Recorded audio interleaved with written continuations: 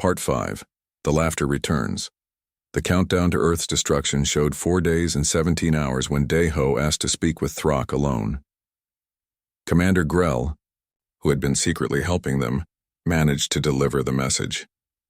To everyone's surprise, Throck agreed. Maybe he wanted to gloat. Maybe he was curious. Maybe somewhere deep down, he wanted someone to give him a reason to stop. The guards brought Dayho to Throck's private chamber. It was smaller than the command center, with windows showing the fleet and distant Earth. Throck sat alone, looking at tactical displays showing the planned attack. "You wanted to talk," Throck said without turning around. "Talk quickly. I'm busy planning your species' extinction." Dayho sat down without being invited. "I want to tell you a story." "A story?" Throck's 4 eyes focused on him. "Your world is about to burn and you want to tell stories?" "It's a short story, about a human leader from our ancient past. His name was Alexander. He conquered most of the known world. Every battle he fought, he won. Every enemy he faced, he defeated. He was the greatest conqueror in human history. And," Throck asked, interested despite himself, "and then he ran out of places to conquer. He sat down and wept because there were no more worlds to defeat. He died young, his empire fell apart immediately after, and now he's mostly remembered as a lesson about the emptiness of conquest." "That's a stupid story." "Is it? What happens when you've conquered everything, Throck? What happens when there are no more galaxies to add to the empire? What do you do then?" "I achieve glory, legacy, immortality." Dayho pulled out a small tablet. "Let me show you something." The screen showed an image of ancient ruins on Earth. Broken statues, crumbled buildings, stone faces worn away by time. "This is what's left of the greatest empire in ancient human history. They conquered everything they could reach. They thought they'd last forever. Now we're not even sure how to pronounce their emperor's name correctly. Their empire is dust. But you know what survived? What? Their stories. Their art, their philosophy. The things they created, not the things they destroyed. That's what made them immortal." Throck stood up and walked to the window. "Why are you telling me this?" "Because I think you're tired, Throck. I think you've been conquering for so long you've forgotten why you started. And now you can't stop because stopping would mean admitting that maybe it was all pointless." "It wasn't pointless." Throck slammed a fist against the wall. "The Empire brings order to chaos. We unite the galaxy. You destroy," Dayho said quietly. "And you call it order because that's easier than admitting you don't know what else to do." For a long moment, Throck said nothing. Then slowly he spoke. "We were attacked. Thousands of years ago. Before the Empire. Someone came to our homeworld and killed millions of us. We were weak. We swore we'd never be weak again. So you became strong." "Yes." "And then we conquered those who attacked us, and then we conquered their allies so they couldn't attack us again. And then?" Throck's voice grew quieter. "Then we conquered their neighbors. And their neighbors' neighbors. Because we were afraid. Always afraid that if we stopped, someone else would attack us." "When did the fear become habit?" Dayho asked. Throck turned to look at him. "I don't know. Somewhere along the way we forgot we were afraid. We just kept going. Because that's what the Empire does. That's what we've always done. And now you're going to destroy Earth because we made your soldiers ask why?" "Yes." "Because if they ask why, the whole Empire falls apart." "Yes. Because you can't answer the question anymore."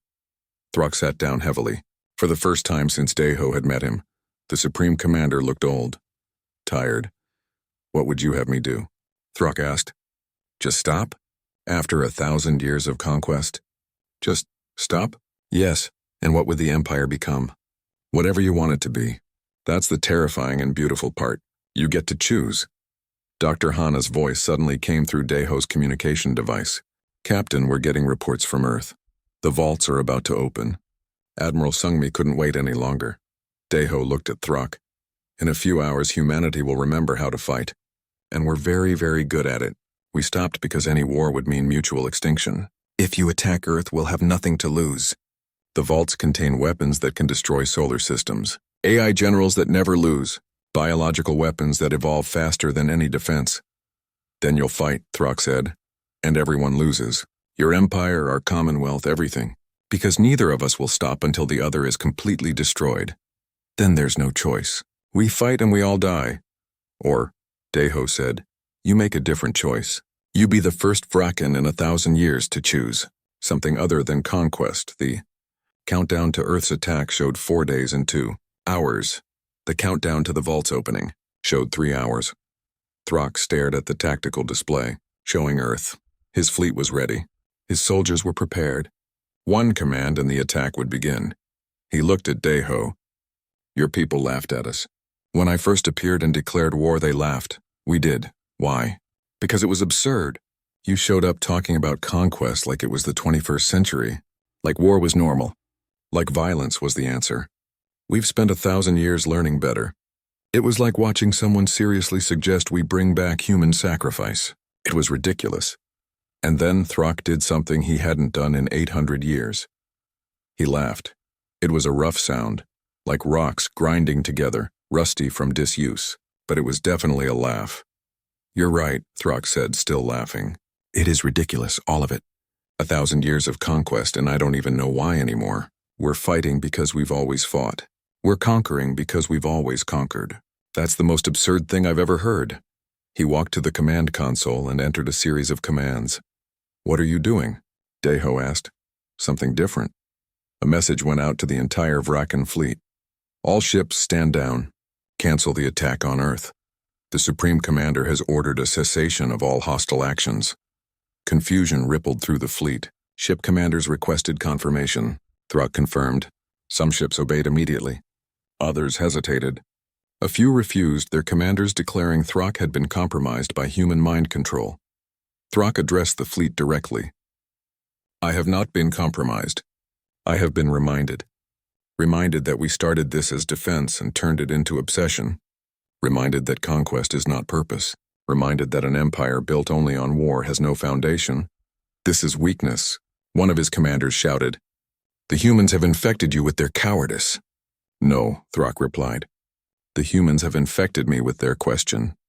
Why do we fight? And I cannot answer any more. Can you? Silence, I thought not, Throck said. The war is over. Not because we lost, but because we choose to stop. Back on Earth, Admiral Sungmi watched in disbelief as the Vraken fleet began to disperse. The attack on Earth was cancelled. Some ships were breaking away, refusing Throck's orders, but most were simply leaving. Admiral, her aide said. The vault countdown. Do we stop it? Sungmi looked at the countdown. 42 minutes until the vaults opened. 42 minutes until humanity remembered how to wage war on a scale that could crack galaxies. Stop it, she ordered. Cancel all the procedures. The vaults stay closed. The relief that swept through the Terran Council was almost physical. Aboard the Vraken flagship, Throck looked at Deho. What happens now? Now we figure that out together. Your empire doesn't have to end. It just has to change. From what to what? That's up to you. But maybe start by asking your soldiers what they'd create if they didn't have to destroy. Over the next months, the Vraken Empire didn't so much collapse as transform. Some ships continued to fight, led by commanders who couldn't accept peace, but most simply stopped. They asked the question. They couldn't answer it, so they started looking for new answers. Some Vraken returned to their homeworld and tried to remember who they'd been before the conquering started. Others joined the Terran Commonwealth. A few established their own independent worlds. Commander Grell became the first Vraken, ambassador to humanity. His first official act was attending a concert on New Jeju, the same plaza, where Deho had been celebrating 1,000 years of peace when the Vraken first arrived. Grell stood in the crowd listening to music, watching humans dance and laugh. A human child offered him a piece of candy. He accepted it, not sure what to do with it. You're supposed to eat it, the child explained.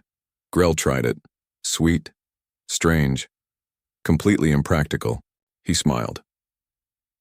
6 months after the near war, Throck visited Earth, not as Supreme Commander but as a civilian. That title had been dissolved.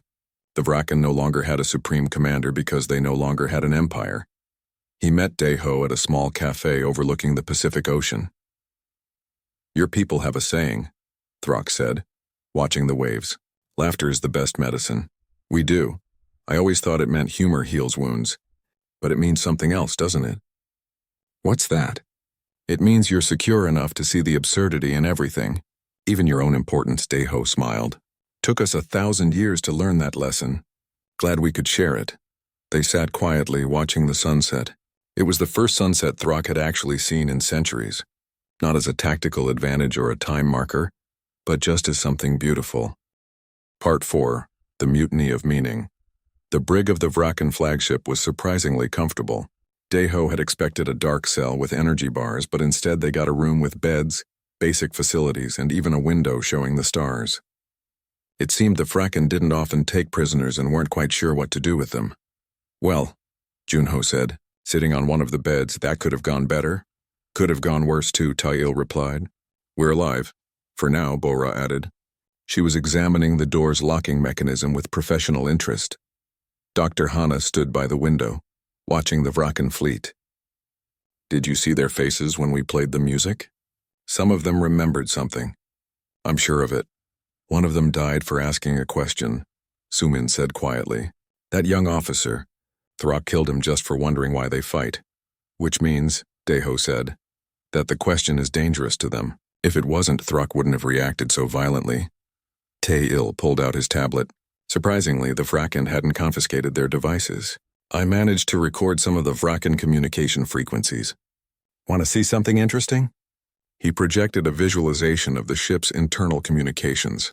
It showed spikes of activity, messages flowing between different sections. What are we looking at? Deho asked. Chatter. The Vraken soldiers are talking to each other more than they were before our meeting. A lot more. About what? That I can't tell. But increased communication after a cultural exchange usually means people are discussing what they experienced. They're thinking, questioning. A soft chime came from the door. It opened to reveal a Vraken soldier, but not one of their guards. This one looked older with more scars on his stone-like skin. He glanced down the corridor, then stepped inside quickly. I don't have much time, the Vraken said in better human language than most. My name is Grell. I was the mentor of the soldier who was killed. We're sorry, Hana said. Don't be. He died asking the question I've been afraid to ask for 300 years. Grell looked at each of them. Why do we fight? We were hoping you could tell us, Deho said. I can't. None of us can. We fight because we've always fought. Because stopping would mean the Empire has no purpose. Because... He trailed off. Because you're afraid, Sumin finished gently. Afraid of what happens if you stop. Grell nodded slowly. Your music. When the human played it, I remembered something. From when I was young, before I joined the military, my parent used to make sounds like that, creating patterns with their voice just because it felt good. I'd forgotten that was possible. Creating instead of destroying? Tae-il asked. Yes, we used to do that, I think. Before the Empire grew so large, before conquest became our only industry. Can you help us? Deho asked. Help you what, escape? I can't, the security is too tight. No. Help us spread the question. Make other Vraken wonder why they fight. Make them remember what they've forgotten. Grell was quiet for a long moment. That would be treason. That would be thinking. Bora corrected. If Throck discovers what I'm doing, he'll kill me the same way he killed my student. Probably, Deho admitted. But your student died asking the question out loud. At least help us ask it quietly. Grell reached a decision. I can give you access to the ship's entertainment network. We use it to watch recordings of battles, to study tactics. If I give you access, you could broadcast other things. Like music? Hana asked. Like whatever you think will make my people remember how to ask why. After Grell left, the team got to work. Tae-il hacked into the entertainment network with surprising ease. Their security is all focused outward. They never expected an attack from within. What should we broadcast? Junho asked. They discussed it for hours. Finally, they decided on an approach. They would send out fragments of human culture across the network. Not all at once, which would be obvious and quickly blocked, but slowly. A song here, a story there. A piece of art, a philosophical question. The goal wasn't to convert the Vraken immediately. It was to make them curious. Over the next week, strange things started happening aboard the Vraken fleet. A soldier hummed a melody he'd heard on the entertainment channel and couldn't get it out of his head. Another found herself stopping to look at an image of a sunset and wondering why it made her feel something. A tactical officer paused during a battle simulation to question whether there was any point to the endless conquest. The whispers spread. Conversations in quiet corners. Questions asked carefully where Throck's loyalists wouldn't hear. Why do we fight? What happens when we've conquered everything? Is there anything else? Back on Earth, Admiral Sungmi monitored the situation with growing anxiety. The Terran Council was pressuring her to open the vaults. 21 days had passed since Daeho's mission began. Only 9 days remained. "Admiral," said her aide, "the Council wants an answer. Will you authorize opening the vaults or not?" Sungmi stared at the countdown display. In 9 days, if Daeho failed, the Vraken would begin their attack on the core worlds. Billions would die. But if she opened the vaults, humanity would become what it had spent 1,000 years trying to leave behind. "Not yet," she said. "Give them more time. Admiral, we need days to coordinate opening the vaults. If we wait too long..." I said not yet. Aboard the Vraken flagship, Throck began to notice the changes. His soldiers were less responsive, more hesitant. He caught some of them discussing things that weren't related to combat or conquest. He initiated a purge. 20 soldiers suspected of being infected by human ideas were executed. Security on the entertainment network was increased. Access to the human prisoners was restricted, but it was too late. The question had taken root. Commander Grell contacted Daeho through a secure channel. "It's working, but Throck is getting suspicious. He's locked down the ship. I don't know how much longer I can help you." "Have you asked yourself the question?" Daeho asked. "What? Why do you fight?"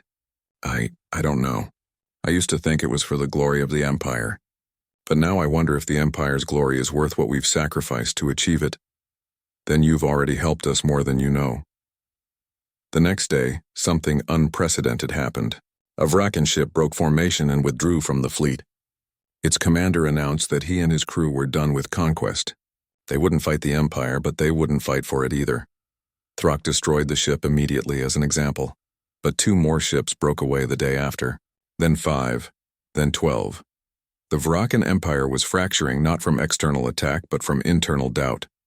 Throck called an emergency broadcast across all channels. His 4 eyes blazed with fury.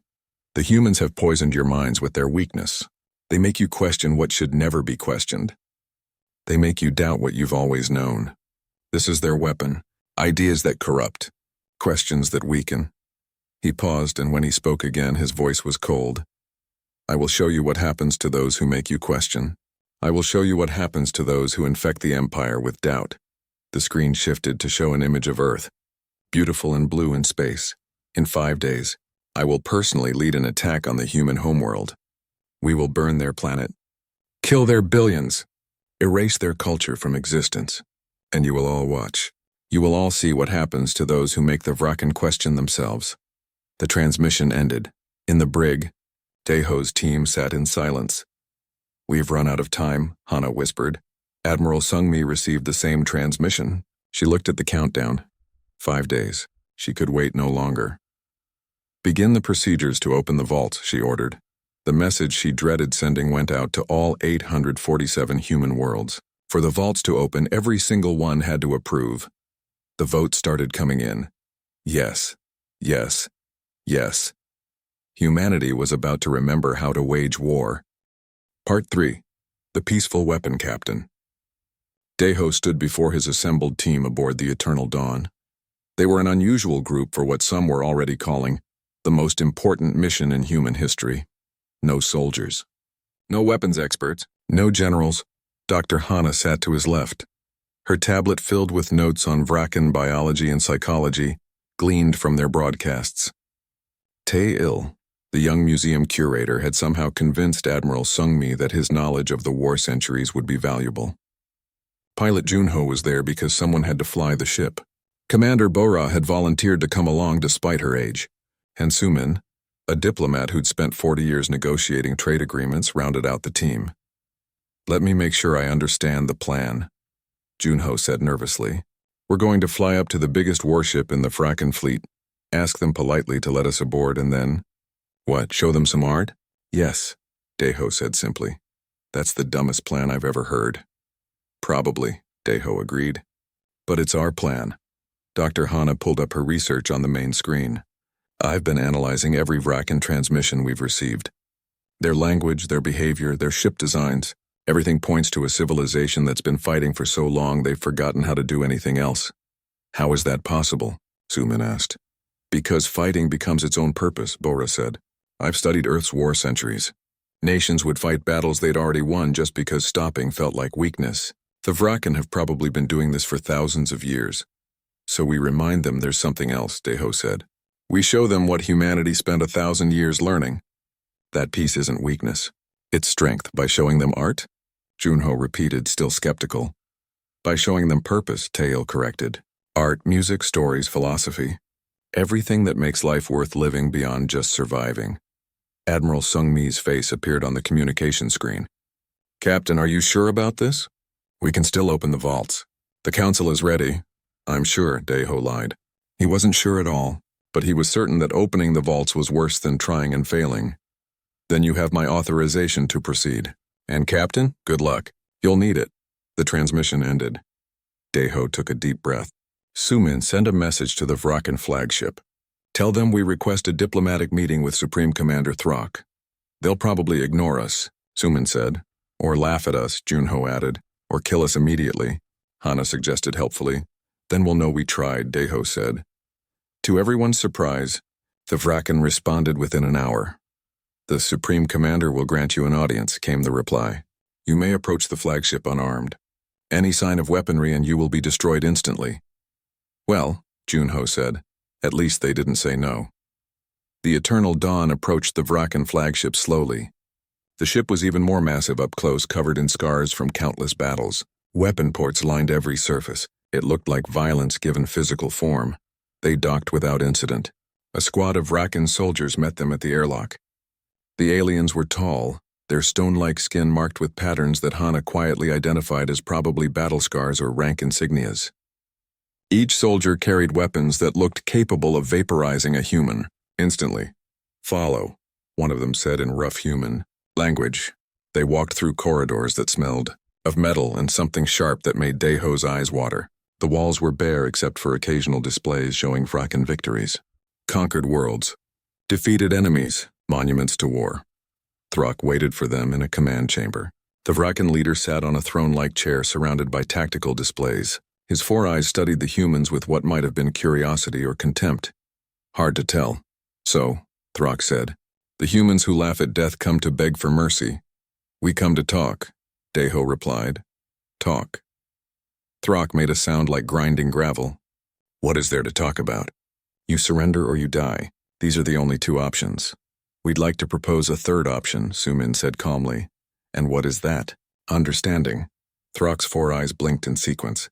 Understanding? I understand you perfectly. You are weak. We are strong. This is the natural order. Is it? Tail stepped forward holding a small device. May I show you something?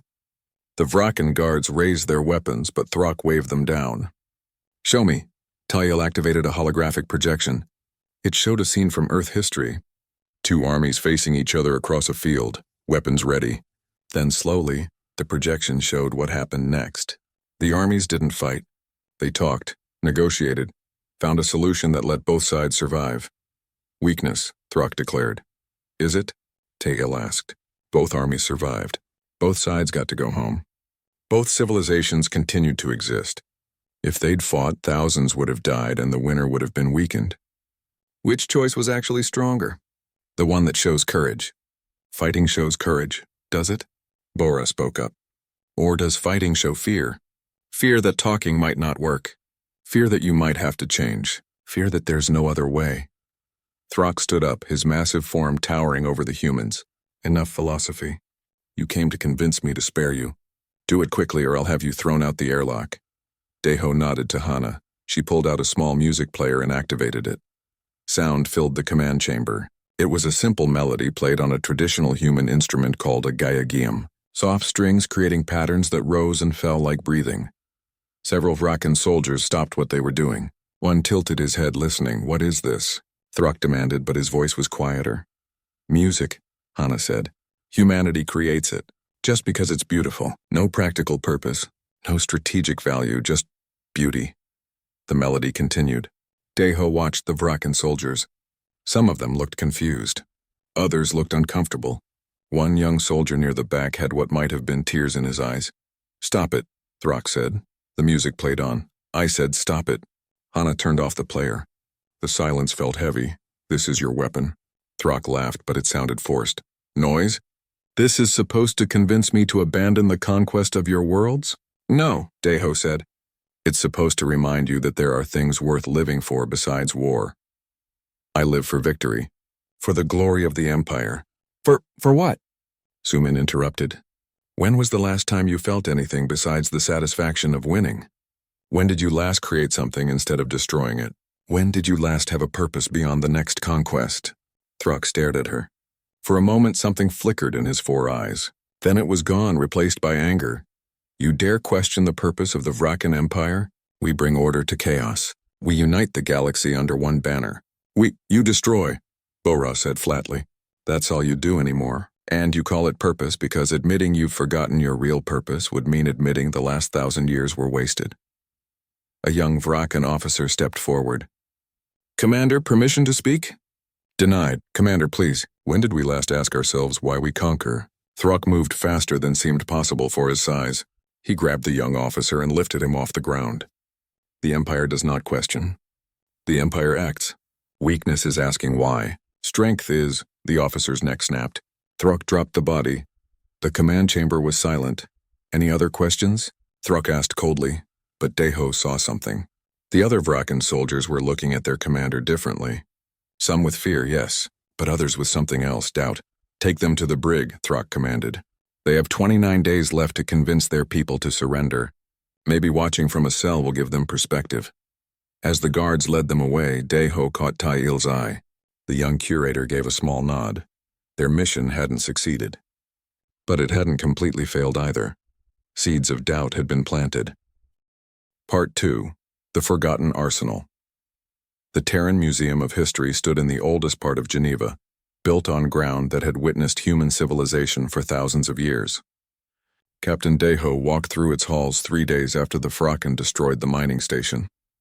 The laughter had stopped. Now people were scared. He passed exhibits showing humanity's journey to the stars, the first moon landing, the Mars colonies, the discovery of faster-than-light travel. Happy moments, proud moments. Then he reached the section labeled The War Centuries and stopped. The exhibits here were different, darker. Images of burning cities, mushroom clouds, orbital bombardments, weapons that could level continents, plagues designed in laboratories, AI systems that calculated the most efficient ways to kill.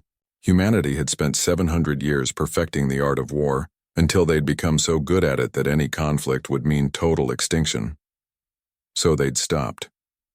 Not because they'd become peaceful by nature, but because they'd become too dangerous to themselves. Fascinating, isn't it? Deho turned to find a young man in a museum uniform standing nearby. His name tag read Tail Curator. It's horrifying, Deho said. That too, Tail agreed. But also fascinating. You're Captain Deho, right? I saw your name on the visitor list. You're here for the council meeting. How did you know? Tail smiled.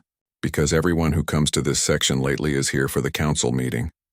You're all trying to remember what we forgot. And what did we forget? How to fight. But more importantly, why we stopped. Admiral Sungmi had called Deho to Earth along with dozens of other ship captains, governors, and military historians.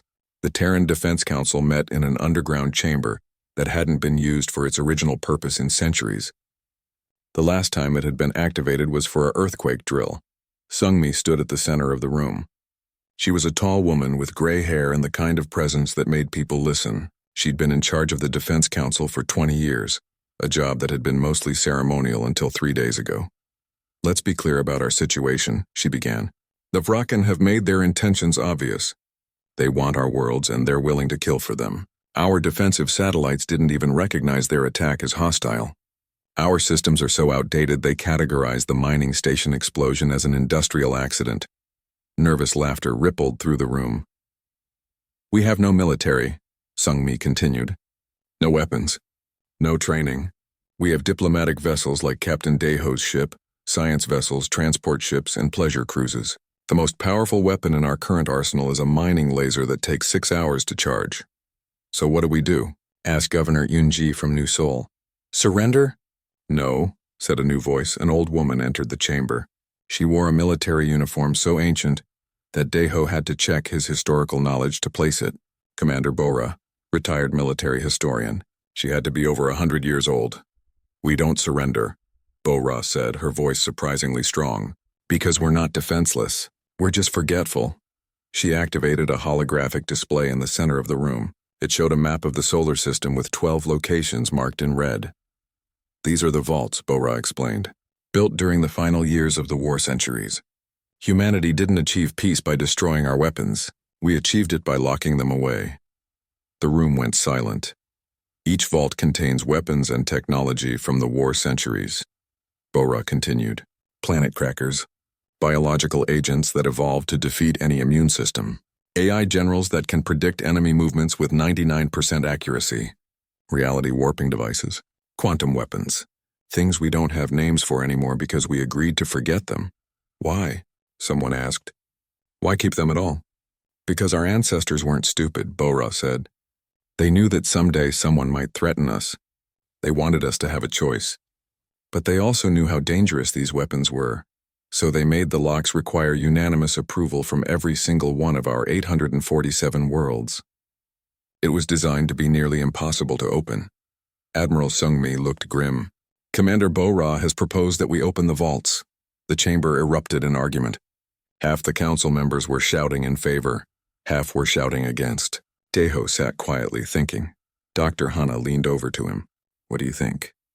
I think, Daeho said slowly, that if we open those vaults, we become what we spent 1,000 years trying not to be. But if we don't, the Vraken will kill us all. Maybe. Governor Unji stood up, calling for quiet.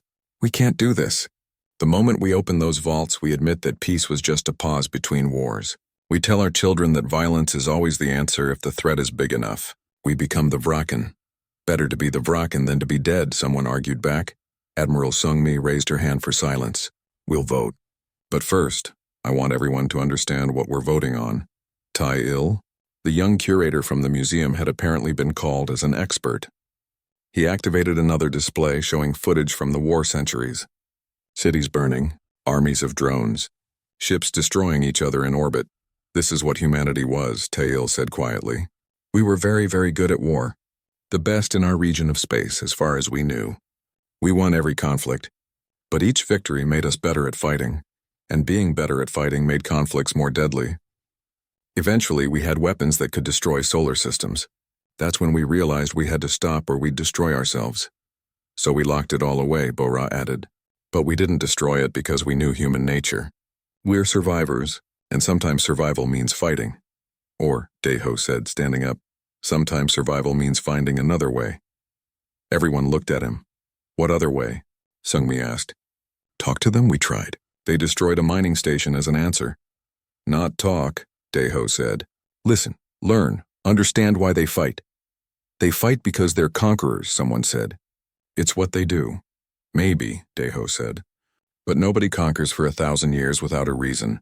People don't build an empire spanning 43 galaxies just because they're bored. What are you suggesting? Sungmi asked. Give me time to find out. Give me a chance to understand them before we become them. The council argued for 6 more hours. Finally, they voted. The decision was close, but the majority agreed to give Daeho 30 days to find an alternative solution. If he failed, they would begin the process of opening the vaults. As the meeting ended, Daeho walked back through the museum. Tai-Il found him again, standing in front of an exhibit showing a peace treaty from the year 2847. Do you really think you can stop them without fighting? Tai-Il asked. I don't know, Daeho admitted. But I know that if we open those vaults, we'll win the war and lose ourselves. Humanity survived the war centuries by choosing peace. If we abandon that choice at the first real test, then the last 1,000 years meant nothing. You'll need help, Tai-Il said. I will. Then let me come with you. I've studied the war centuries my whole life. I know what we were capable of. Maybe that knowledge can help us avoid becoming it again. Daeho looked at the young curator and smiled. Welcome aboard the Eternal Dawn. That night, Daeho received a message from the Vraken. It was brief. You have 30 days to surrender. After that, we will demonstrate what happens to those who refuse the Empire. Daeho sat in his quarters aboard the Eternal Dawn and watched the Vraken fleet through his window. Massive ships built for war, crewed by beings who'd known nothing but conquest for generations. And humanity's response was going to be, what, culture? Philosophy? Art? It sounded insane. But opening the vaults and becoming what they feared most sounded worse. He had 30 days to prove that peace was stronger than war. The countdown had begun. Part 1. The Shattered Calm. The fireworks painted the sky in colors that didn't exist in nature. Captain Daeho stood on the observation deck of New Jeju, watching 3 moons reflect the celebration below. 1,000 years. That's how long humanity had lived without war. Children playing in the streets below had never heard a gunshot except in historical documentaries. Their parents hadn't either. Neither had their grandparents. Daeho held a glass of something sweet and expensive. Around him, diplomats and scientists laughed and shared stories. His ship, the Eternal Dawn, floated in orbit above them. It was called a diplomatic vessel, but really it was just a fancy transportation shuttle. Humanity didn't build warships anymore. There was no need. "Beautiful night," said Dr. Hana, appearing beside him with her own glass. She was the ship's chief xenobiologist, though her job mostly involved studying plants on new worlds. They hadn't met an alien species in 300 years. The galaxy seemed empty of other intelligent life. "Makes you wonder what our ancestors would think," Daeho replied. "They fought so hard for so long, and now we just exist peacefully," Hana smiled. "Maybe that's the point. They fought so we wouldn't have to." The sky tore open. At first, Daeho thought it was part of the celebration, some new holographic technology he hadn't heard about, but the rip in space was too real, too violent. It looked like someone had taken a knife to reality itself and cut a hole through it. Something came through, something massive. The ship was larger than anything Daeho had ever seen. It dwarfed the Eternal Dawn like an ocean dwarfed a bathtub. Its hull was dark metal covered in scars and symbols. Weapons bristled from every surface. Behind it, more ships poured through the tear in space, dozens, hundreds. The music stopped. The fireworks continued for a few more seconds before someone shut them off. Everyone stood frozen, glasses halfway to their lips, staring up at the sky. Daeho's communication device buzzed. Every communication device in the crowd buzzed. Screens all around the plaza flickered to life, showing the same image. A face appeared. It wasn't human. The creature had 4 eyes arranged in a diamond pattern, skin like rough stone, and a mouth full of too many teeth. It wore armor that looked like it had been through 1,000 battles. "People of Earth," the creature said in perfect human language, though its voice sounded like grinding rocks. "I am Throck, Supreme Commander of the Frockan Empire. We have conquered 43 galaxies. Your pathetic civilization will be added to our collection. You have 7 days to surrender all your worlds, or we will take them by force. Resistance is futile. Your deaths are inevitable. Prepare for—" Someone in the crowd laughed. It wasn't a nervous laugh or a scared laugh. It was genuine amusement. The kind of laugh you make when someone tells you something so ridiculous you can't help yourself. Another person laughed. Then another. Within seconds, the entire plaza was filled with laughter. People weren't panicking or screaming or running. They were laughing like they'd just heard the best joke of their lives.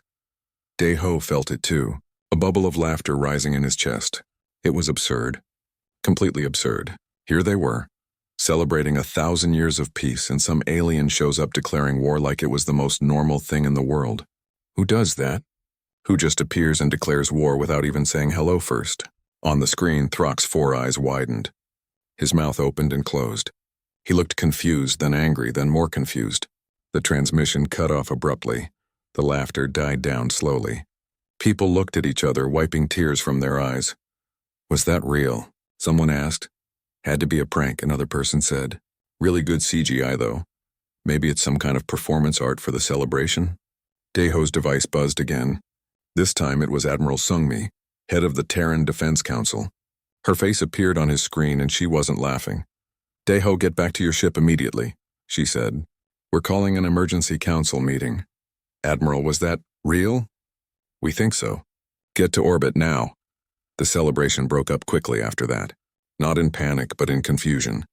People filed out of the plaza talking in low voices, still not quite sure what they'd just witnessed. Daeho and Hana rushed to the transport station. "This is insane," Hana said as they boarded a shuttle. "War? Nobody wages war anymore. It's barbaric, inefficient, pointless." "Apparently someone forgot to tell the Vrakan," Daeho replied. The shuttle lifted off, carrying them toward orbit. Through the window, Daeho could see the massive alien fleet hanging in space like dark storm clouds. They hadn't attacked yet. They just waited. Back aboard the Eternal Dawn, Daeho's crew was already at their stations. His pilot Jun-ho looked pale.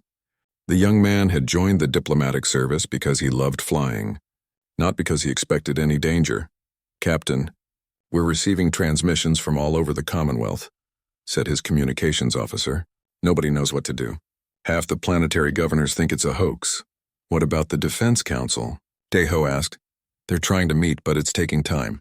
Admiral Sung-mi is having trouble getting everyone to take it seriously." Dae-ho sat in his captain's chair and watched the alien fleet on his screens. Ships designed for war. Weapons that could probably crack a planet in half. An entire civilization built around conquest. And humanity had laughed at them. He understood why. They'd spent 1,000 years building a society where war was as foreign as cave paintings. Children studied it in history class alongside feudalism and human sacrifice. The idea that someone would show up and just declare war was like someone declaring they'd decided to bring back the bubonic plague. It was ridiculous, but those ships weren't ridiculous. Those weapons weren't ridiculous. "Sir, we're getting another transmission," his communications officer said. "From the Vraken fleet. Put it through." Throck's face appeared again, and this time he looked furious. "You laugh," he growled. "You laugh at the greatest military power in the universe. You laugh at your own deaths. Fine. Let me show you what happens to those who laugh at the Vraken Empire." The screen shifted to show an image of a mining station orbiting a distant asteroid. The station was automated, operated by drones and artificial intelligence. No humans lived there. A beam of light shot from one of the Vraken ships. The mining station exploded into a cloud of debris and fire. 20,000 drones vaporized in an instant. The transmission ended. The bridge was silent. "Get me Admiral Sung-mi," Dae-ho said quietly. This time, nobody was laughing.